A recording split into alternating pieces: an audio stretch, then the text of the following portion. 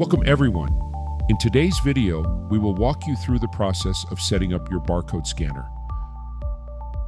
First, ensure that both the barcode scanner and tablet are functioning properly and have sufficient battery power.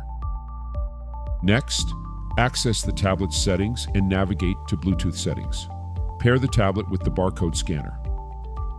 Once the pairing is successful, open the Item POS app and log in.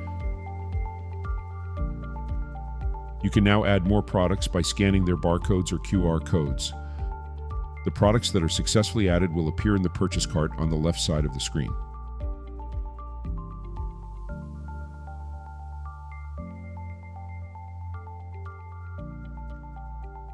Thank you for watching the video.